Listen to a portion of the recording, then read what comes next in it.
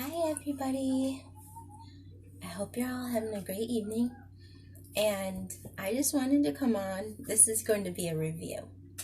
And I notice that I'm dolled up because I want to get in the feel of this whole thing. And this is like it's not an altar, so I'm not claiming it is. It's just me being me. And I always, This is her nurse altar. No, it's not. I'm not a nurse altar. I don't have one. Well, though I do believe I have a therapist, but I don't know her yet. Because I was so into medical books when I was a little kid. And yeah, I read a lot, so it wouldn't surprise me if I have a nurse altar somewhere inside me. But I haven't really gotten that deep inside myself, but yeah. This I wanted to be a review on. It's called The United States of Terra. And this series I was blown away. Like, I realized a lot of people were offended by it, and I honestly now can see some of why they were upset. But I'm giving my own thoughts and opinions on it because there's a lot. Like, I was going through those episodes like water. It was like that good. It sucked you in. And, it did do a lot of the Hollywood, they like to paint it a certain way. But it really does speak a lot. And I could relate with a lot of the stuff. Like, I haven't technically been diagnosed, but I do believe that my birth mom had dissociative identity. She was diagnosed paranoid schizophrenic, but I believe she had dissociative identity disorder. That's just my own thoughts because, yeah, she would do a lot of switching. And if you all don't know the terminology, switching is basically when you switch from one personality to another.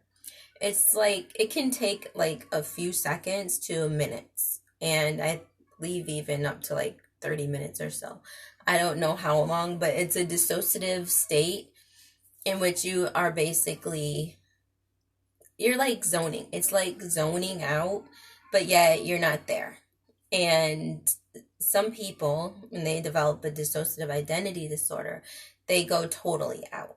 And that's what this character did a lot. Her name's Tara, hence the name United States of Terra. And it really brought me through so many myriad of emotions and feelings. And at first there was people I hated, and then I was like, you know what, I actually like those characters. And then I'm like, no, I hate those characters, but that really shows that they do a good job at being real. And in real life, nothing's ever black and white. You don't just like only hate or only love certain people. You love aspects of them and you hate aspects of them. And it comes and goes. It's like drama. That's how life is. And you have your moments where everything's smooth sailing or good, or just you're doing it, you're making it. And you have other moments where you want to die. And this series touched so many different like trigger type points for me. So if you're very easily triggered, I wouldn't suggest watching it. But yeah, if you can get past being triggered a lot, especially with abuse, I would go ahead and watch it. Like, a lot of people are saying not to, and that they don't think it's great, especially in the dissociative identity disorder. And that's kind of why I wanted to make this. I wanted to give another opinion. And that's why I feel it needs to be brought out. And there's characters. I wanted to list some of the characters first. These are the characters. Tara, and her alters are T, Gimme, Buck, Alice, Shoshana, and Chicken. And then there's Bryce. Bryce is the last one. The first one we see is T, and T's 15 years old, and she's hypersexual. And she basically is the overdramatic, sexualized, carefree type teenager type state that Tara goes through. When you said gets in trouble? Yeah, she gets into a lot of trouble. So if you like those teen kids that are rebellious type, that's her like aura. And she has like an odd relationship with Tara's daughter.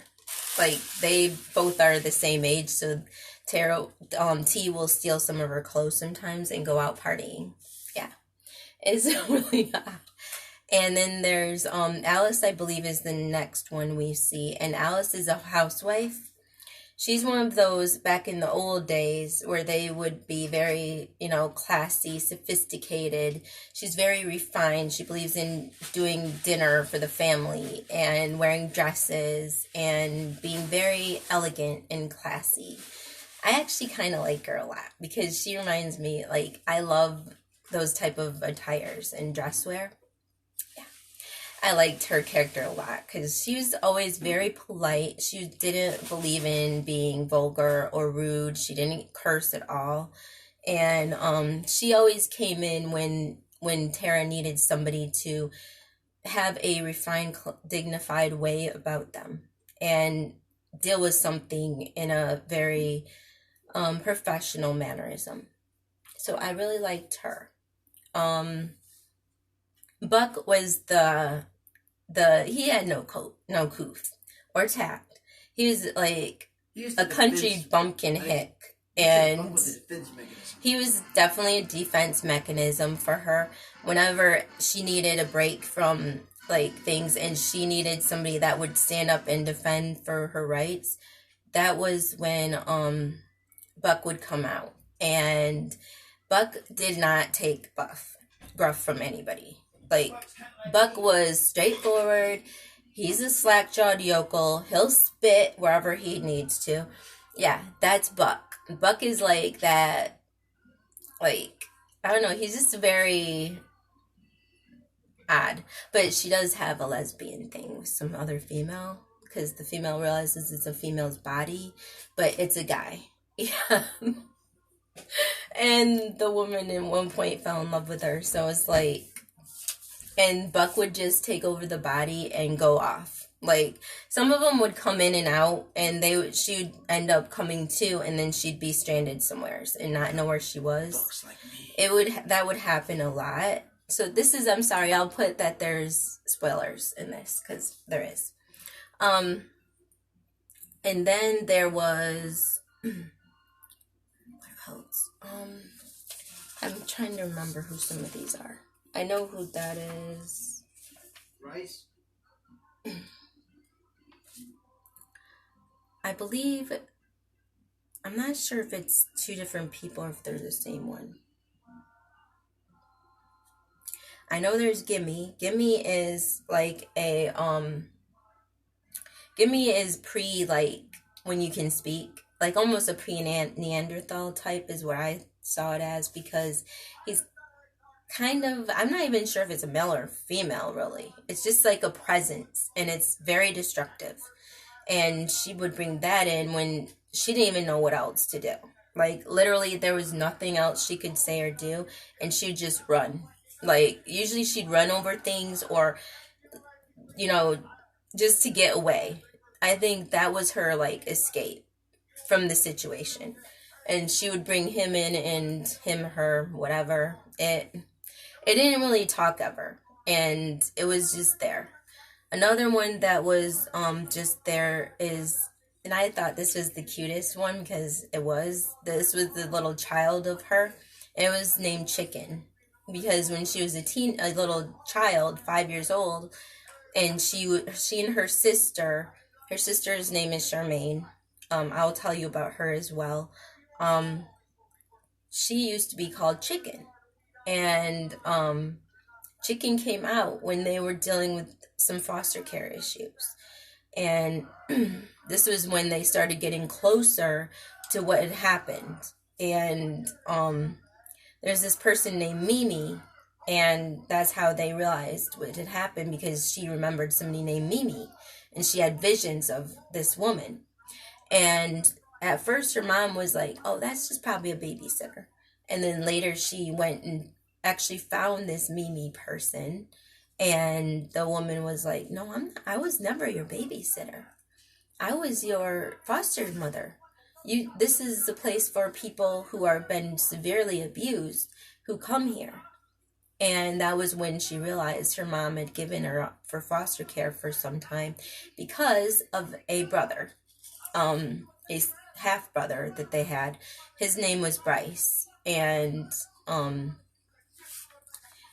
basically Bryce Crane, and Bryce Crane was with them when they were first little, and he was a son from their dad's side, so it was half brother, and he would molest at least Tara. I'm not 100% sure. It doesn't really go into details on the sister, whether or not she was molested, but it focused on Tara. She was the oldest child.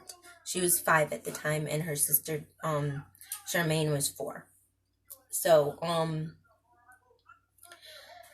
this really goes through details of all these different characters coming in and out at different times. Yeah, they do mainly stick with T, Alice, and Buck are their